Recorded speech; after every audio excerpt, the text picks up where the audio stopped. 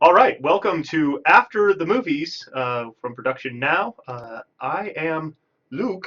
That's me right here, and this here is Jonathan, yeah. So we're here to talk to you about movies. We love movies. we do. We sometimes make movies occasionally. Occasionally. Yeah, It's a strenuous process. and it is. I make like one a year, so that's kind of pathetic. But yeah, Well, day job. right. Yeah, I guess 9 to 5 making money. Yeah, okay, coming up with good ideas. Now, Right. and here's the thing, like good ideas are few and far between. All you have to do is look at Hollywood to see how true that is. Like, They've got a wealth of great ideas, I believe. Just thousands and thousands. They haven't been doing remakes, reboots, and or crap for the last, I don't know, couple decades or more. yeah, well, and actually, speaking of decades, what is it? It's like every 30 years a movie comes back, right? Like they do it That's again. So, that's true. There's a lot of talk about Back to the Future since the 25th anniversary. true. There's a lot of talk about where's the reboot, and apparently Right. Robert Zemeckis is all like over my dead body, which props to Robert Zemeckis. And on that one. somebody's going to kill him soon. So. Hollywood, yes. I mean, Star Wars lasted almost 40 years from the original before they are going on to these next ones. But there were, because I'm kind of skipping over the I mean, Star Wars. I don't really know what you're talking about. I don't think those really exist, Yeah, as far as I'm concerned. But yes, right. And how long was it between the prequels? So the prequels were what? They were late 90s and early 2000s. I think 2001. I think We should have IMDb up. we but should no, have IMDb No, up. because then We're we'd not- actually know stuff. No, Yeah, I think Phantom Menace was somewhere around like 99. yeah, And so you had Phantom Menace coming out around 99. So that's what 77's the original Star Wars, Yep. and 83's Return of the Jedi. So that's only like 20 years. But Yeah. then again, but now, I- now we're coming up with these next ones, and that's almost 40 from the very beginning. With right. so 39 years. So that's so movies are coming around again and again because people can't seem to come up with new ideas.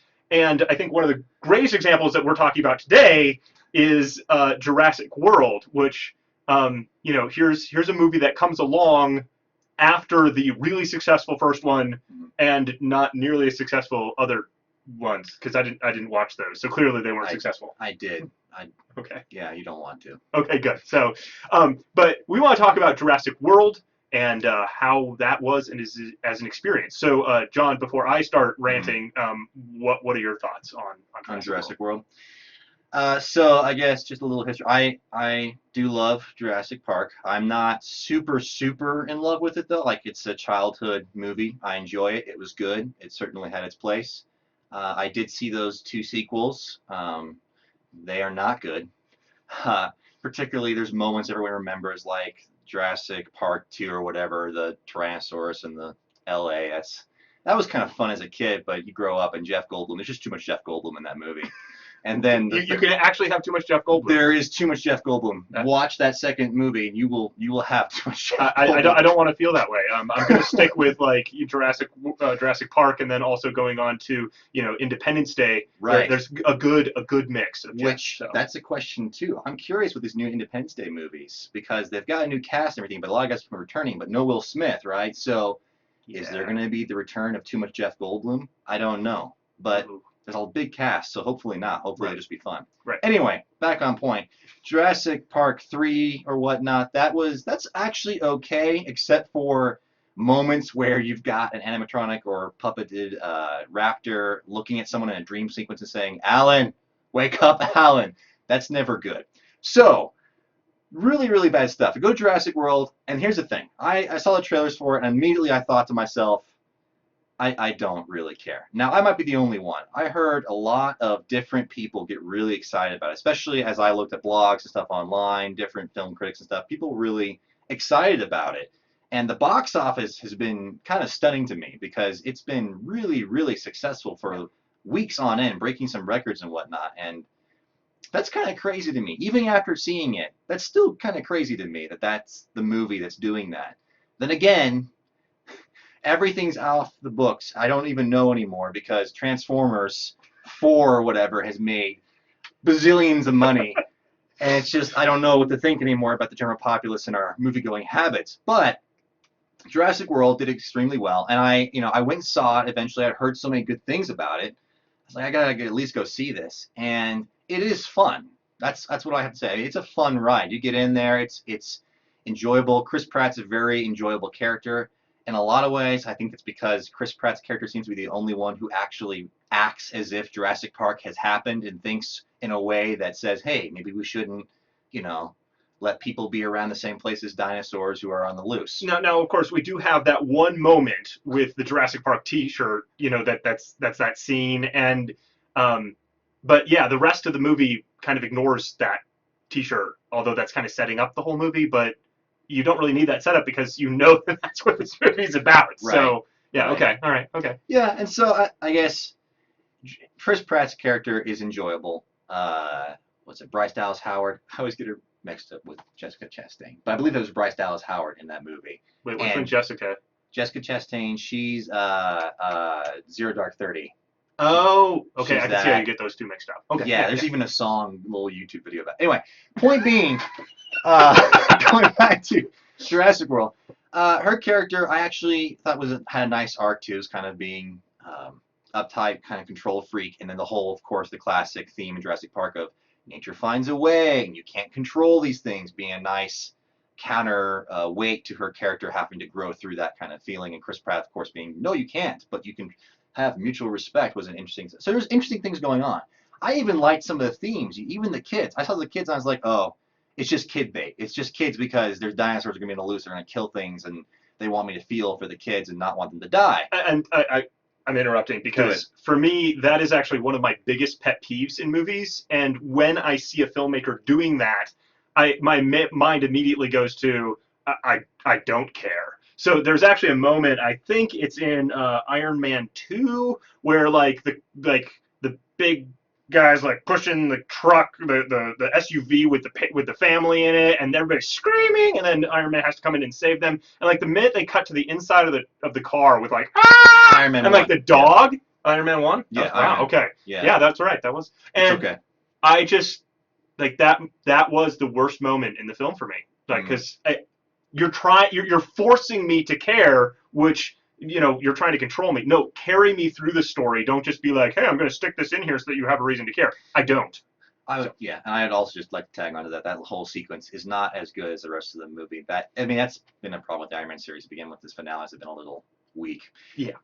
That aside, back to Jurassic World. The kids and the whole thing is, okay, are the kids just there from the trailer and stuff? Are the kids just there to do that, to make me supposedly care and just to have kids again because the first one had kids? No.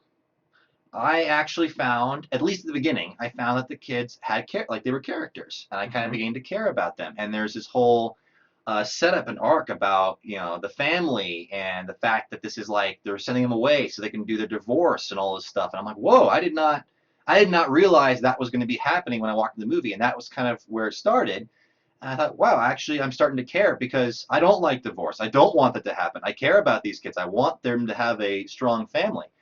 And so I immediately began to care about these kids. And there's even, like, I believe you mentioned one point that there's even a setup about the older brother and how he's got a girlfriend at home and he's got these other girls he's kind of interested in. He's gonna cheat on her. Is he gonna just, is he playing around? What's his, does he have any sort of character there? And there's some great setups.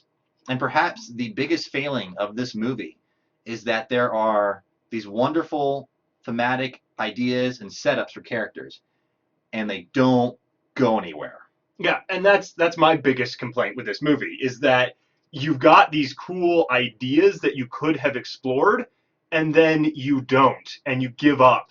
And yes, the first one that just drove me crazy was you have this idea of like, the guy and his girlfriend who's like, hey, I love you, and he doesn't say anything, and you're like, ooh, telling, like this is going to be a major theme in this movie of, is he going to be true and faithful to the person that he might or might not like? What is his actual affinity for this person? Is he committed? What's he doing? And so then to have the moments of temptation and the little brother like trying to thwart that throughout the film, like that's a theme. And then the credits roll and you've never actually addressed that theme at all. You've hinted at it, but you've never done anything with it. You've never put it into your story. And I feel like they kind of got stuck with like, oh, we've got dinosaurs and we forgot about the human nature of this whole thing. Yeah, I think now, again, I might be the only person who feels this way, but watching the movie, I really enjoyed some of the dinosaur stuff. Like it's cool to see the Monosaurus or whatever little ocean thing. That was kind of fun at first, and seeing the raptors be trained and hunting down, and the big twist there with the big new dinosaurs actually been based off a raptor. I was like, oh, cool. I was enjoying that. By the time we get to the end, and we've got raptors fighting a bigger raptor with a T-Rex that then fights the bigger raptor, and then the bigger raptor eventually gets like bitten and killed by the big alligator dinosaur. I was bored. I no longer cared. The characters had taken a backseat, and like you said, there hadn't necessarily been any culmination to these characters' arcs. There were things happening, but the characters and their arcs had been derailed by dinosaur things happening, which was understandable to an extent, because I get that, you care more about your brother in that moment than you do about your girlfriend or any girl when you're being hunted by, say, a giant raptor. But that being said, these arcs are all established. These events start happening, and then it starts to kind of shift from being about these characters and where they're going to these characters now have to deal with the problem. Okay, but the problem and the plot and the dinosaurs become the focus, which, granted, it's called Jurassic World. We want to go see dinosaurs go do stuff. Like that is the point of making this movie in a lot of ways. But the culminations of those arcs are either very, I would say, half-baked or kind of left to the imagination, or not there. Yeah. So I guess Chris Pratt and Bryce Dallas Howard, though, have something of a nice arc, because the character arcs are control freak and respecting nature, and which one's going to play out as being beneficial and real. And really, between the two of them, and then the romance thing, like they tried to be romantic, but she was too controlling and he's too off the reservation, and will they ever work out? And then there's this nice little line of, we should just stick together. They figured out how to have a nice balance, and so there's there are arcs, there are culminations to arcs, but some of the ones that I thought we spent time developing. The movie, that's another thing. The first act takes its time, which is, probably a little bit of a Jaws motif, because you always do that when you've got creatures now. You try to spend a little bit of time not looking at them so that you have enjoyment in revealing them slowly but surely. So we had some time setting up characters, but the thing that's great about Jaws, too, is that, characters have arcs. Well, and with that, I think the arc, thing is that the story with the creatures actually enables the people to go through their arc. So as we look at Jurassic Park, the very first one, you've got, the guy who's just like, I don't like kids. Kids are a mess. I don't want to be around them at all. And then he's forced to be with them on this tour, and then he's forced to help them through this. And so actually in that movie, the arc, the story is reinforced by the dinosaurs as the story progresses. And so the really good films, the great ones out there, take the theme and actually use these forces and what the movie's about, the dinosaurness, to actually talk through the theme that the movie is about as well. And that actually reinforces and makes happen the themes within the film. And we don't have that. We don't have that in Jurassic World. None of the themes really play out. In fact, even the idea of mutual, benefits that they can survive is really lame by the end. Because if she had just stayed home and, he would have been just fine. She didn't really, save him until we have the moment, which was pretty cool, when she goes after T-Rex. But so there's that moment where she has her thing. But until that point in time, if she hadn't been there, no big deal. Right, and that can open up a can of worms about the entire idea of what's her character's point? Is it just another damsel in distress character? Which I thought the character was fine, and I enjoyed some of the jokes they made about it, like the kids in the car being like, can we can we please stay with you? And she's like, oh, you're not leaving my side. It's like, no, you left us. How about this guy? This guy's got the trank gun who knows who's trained the raptors. I want to stay with that guy. I thought that was funny. I'm sure there's somebody out there who's ready to make the feminist, sexist agenda argument on that. I'm not going to go there, except for what I just did. But I would like to say that with Jurassic World, with this movie, I think there's a lot of themes happening too, because we're talking. So we got the divorced kids thing, right? Yep. We've got kind of a brother relationship. Will the brother be there for him? And I wonder if what was trying to be played there is the whole girlfriend thing, non-committal. He's kind of a cheater, or he doesn't necessarily care. He's just doing what he wants. Is supposed to suggest that he maybe doesn't have any commitment to anybody, and so that's probably trying to play in maybe to the will he stick with his brother or will he not stick with his brother? And is he becoming like his aunt who is caught up in her own?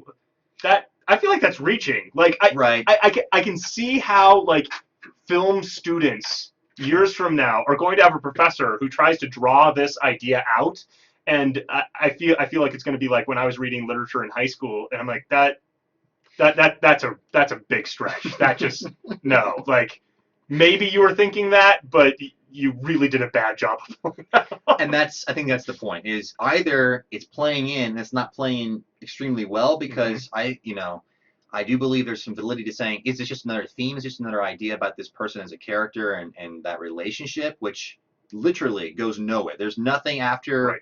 after they finally, by the time they get into the little last gyroscope thing, there's no more even hint or discussion about that particular arc. Yep.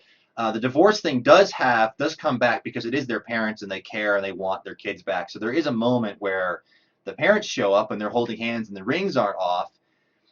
I don't know. I that was not closure for me. I watched. I was like, okay, so is this just they're still pretending to be a family because they were pretending to be a family earlier, Right. and so now are they still just pretending until the whole idea of, oh, you're not dead and you're safe, great. So by the way, we're getting a divorce. I don't know if that's what's going to happen next. I didn't have any closure there. Maybe I'm being too cynical. I don't know. That was the vibe I got. And that's the other thing. There's the divorce thing. There's the will I or will I not be faithful to my girl. There's the controlling versus respecting nature and how do you interact with it, a relationship with nature as opposed to a we own it, we control it kind of thing. And of course the Chris Pratt and Bryce Dallas Howard's characters, love relationship. Those are the first, 4, I guess, things I'm thinking of in my mind as themes. I don't think Jurassic Park had that many themes.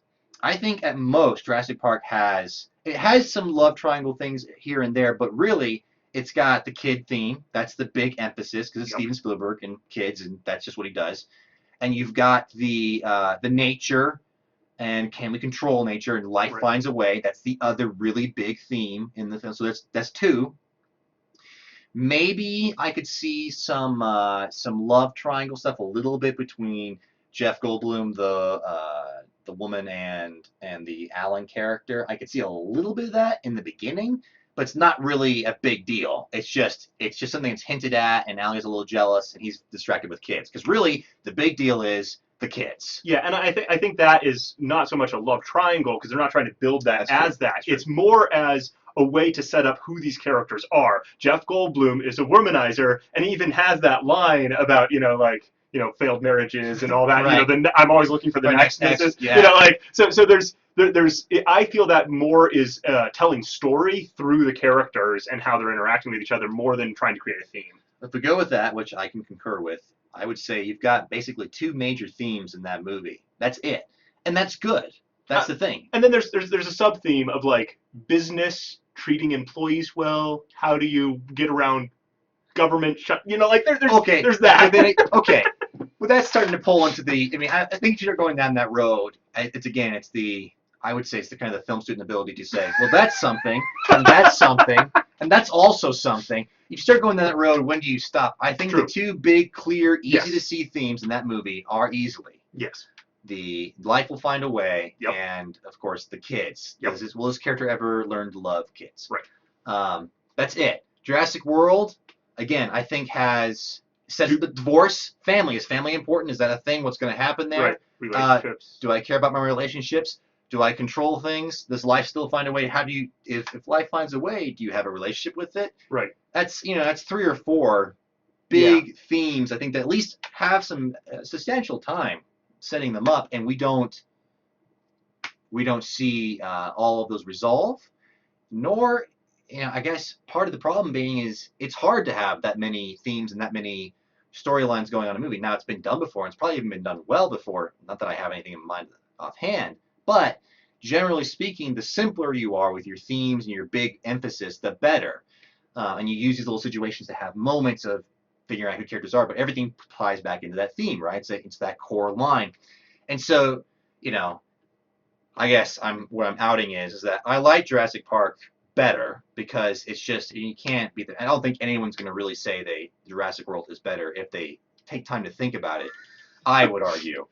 Yeah. Then again, Transformers. Transformers Right. ruins everything. I can't trust I guess anybody that's a more. word. Yeah, we can just use that anytime. But I think that important lesson from this, then, for us as filmmakers and for you as you think about making movies, if you go down that route, is something I've heard, which is that short stories often make the best films, and that's because you're not trying to pack 800 pages worth of content into a 2 hour or an hour and a half or an hour 20, experience. You're just trying to get to the point. So short stories actually allow you to take a world and expand it into a visual form, and that gives you more time to explore the theme or maybe couple themes that you are exploring in the movie, but really sticking to that one idea. And that's where Spielberg kids, just that's the thing. If you look at a lot of Miyazaki's films, they've kind of got this theme, and it's one theme and then a world built around it. And here the theme was dinosaurs, and they're like, but wait, we need to care about these characters for some reason, and so let's try and stuff this stuff in there. And it didn't play. It didn't play for me at all. Well, that's the thing though. It does. I think it plays at first because you get invested. I think I got invested, right? So I started to care just enough so that when dinosaurs started coming out, I was like, oh, well, now it's dinosaurs, and I care about these characters, so I'm interested. But by the time I got to the third act, that's when I started to really realize that this wasn't going anywhere. Right. This was just going to be especially the way they end it with a giant dinosaur battle, which I've got friends who absolutely love that. That's all they wanted out of this, and I get that, except that that's not really what I was interested in. And so if they had brought it all together, I think it would have been very satisfying in a higher level, and I might have begun to understand why it had done so well at the box office. As is, it's kind of a bait and switch, and it plays, and it's entertaining. It's definitely a fun ride. There's cool stuff. Dinosaurs do cool things. Yeah. They run around and eat people, and people shoot them, and it's awesome. That's all great and whatnot, and there's some great character moments, I think is the other thing. There's some great character play. That's fun. Yes. That's also and that's another thing. I had read an article, or at least seen it not too long ago, about the idea that things like Guardians of the Galaxy, and there's this trend in movies, Marvel movies, even the Hangover films, where it's not necessarily about a plot or a specific theme coming to a resolution, as much as it might be about, hey, don't you like these guys? Don't you like these characters? Would you like to hang out with these characters for a couple hours as they do cool things? Cool. Come hang out with these guys for 2 hours, and that's what the movie ends up being.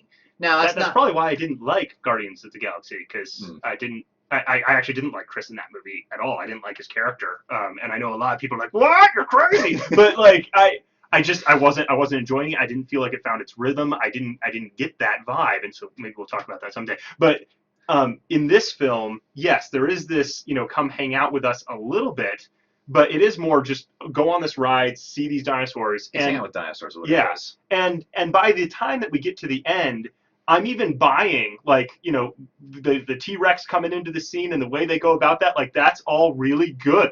I laughed out loud in the theater when that happened. That's good. And then, I get Blue's motivation at the end when he's like, "Sup, cool." But then T-Rex just wanders off. And that for me was like, oh, that's convenient that everybody's going to stay alive. There is no reason for that at all. There's also no reason for the water one to suddenly jump out of its water pool, reach its like half its body to even get to another dinosaur that's in a fight and try to pull it into the water. Why? The thing's been fed all day, I'll tell you. It was fed all day. We saw it get fed all day. Yeah, but that's part of the setup though, right? That is how they set up that part where you have it, get fed, so you see that it can jump, and then you have it go after the pterodactyl, and it, gets that one. So they're actually setting that up with that scene. But yes, reality. Well, okay. That's a big word to throw around, right? We're talking about Jurassic World. We're talking about reality. We're not even going here, right? This is important that we get the science right. How fast do they metabolize? What? Okay, right. No, yeah. But it's true. You set up your stakes, you set up your world, you set up the rules of your world, Yes. and then you got to play by them. And there's I would say in that world, there's understanding that the Raptors are always have been smart. Yep. So at least even the first one's kind of a natural instinct. It's also borderline, animal genius, if you will. And then Clever there's girl. right, clever girl. And then this one's like, hey, we've got a genetically modified raptor giant thing, and there's this relationship trainer thing going on. So I buy into these creatures, these animals, being more than just a typical animal. Right. But like you said, yeah, T-Rex, there's no setup for that. There's never been any setup for that. There's never any thought about that. It's just a big, cool dinosaur. So I buy that it's just hanging out in its cage, and Bryce Dallas Howard comes out and says, hey, follow me, and it goes, oh, okay, I buy that. After that, it killing things and being like, all right, I guess I won't terrorize you guys like I have for every other film ever. I'll just walk away and go to this helipad up the hill and then yell. It's cool, but it has no place. It doesn't make any sense. And that's where, for me, when I got to that moment, I didn't care. It wasn't cool. Like, that's dumb now, because you're no like, you left perfectly good pink flesh sitting there so that you could wander off and show that you're cool. Like, that did not work for me. And yes, you cannot break the rules of your world. You set up your world. It's your world to create. So you could have done whatever you wanted, but you didn't do that. And so that just now I will say I did like Bryce's character because of, she takes that flare, she goes for it, she does things. And for me, my favorite moment in the movie is when he's like, hey, just go back, you're going to be fine, you're going to slow me down, you can't go through the jungle with those shoes. And then she like does a little cock thing and he's like, I don't know what that means. And that was a great moment because it gave her character, it gave him character, it let them show their relationship. Like, that was a great moment for me. My favorite moment in the entire movie. Good. Yeah. I don't know if I have a favorite moment in that movie. It's a fun ride, and I guess, yeah, if the end had only maybe pulled some things together, even if they had maybe some of the characters plan on some things, like, hey, we're going to bring the T-Rex out as a last resort, but also maybe what we need to do, the only thing this dinosaur's afraid of, as we've seen, is water, so maybe if we can get it close to the water, I just wanted I wanted something to tie it in where it was less of just feeling like kind of happenstance, battle, chaos that made things resolve, which begins to feel like Deus Ex Machina, or what's that term, basically Deus Ex Machina.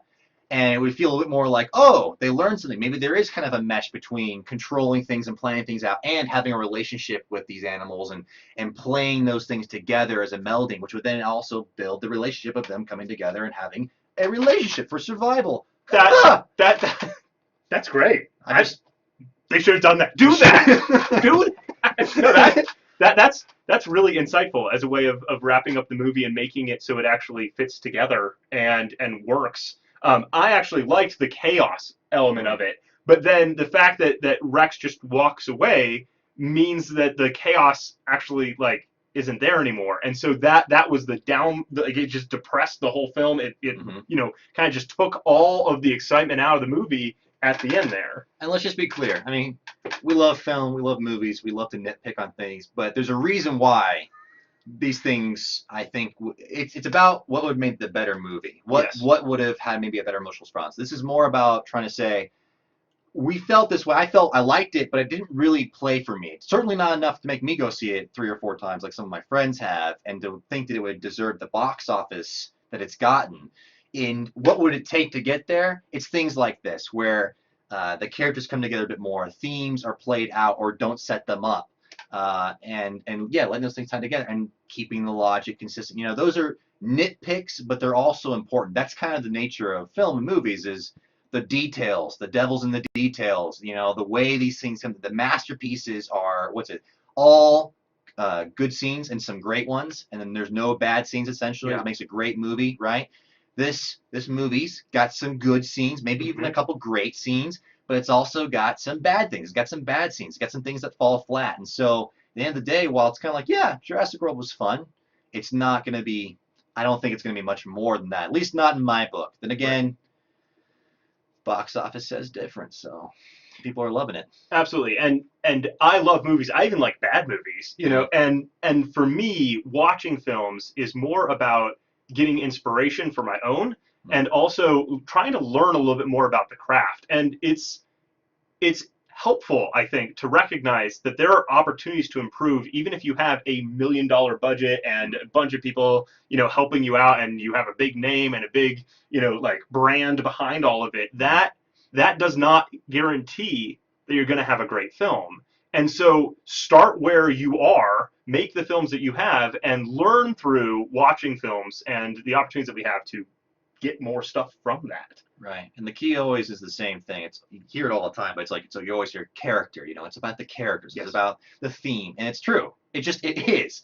That's what these things are about. That's what pulls them together. It's what makes you care. It's what makes you stay. And so you get to something like Jurassic World and you've got great ideas, you've got great setups, you've got great things happening. And if you don't, you know, keep that going, if you don't keep focusing on character, you don't keep focusing on that part of the story, then, you know, a plot about the military guys, who cares? And you know, T-Rex is awesome, but really at the end of the day, who cares if it doesn't play within those means? That's what makes it go from just good or okay to wow, that was really good or great or fantastic.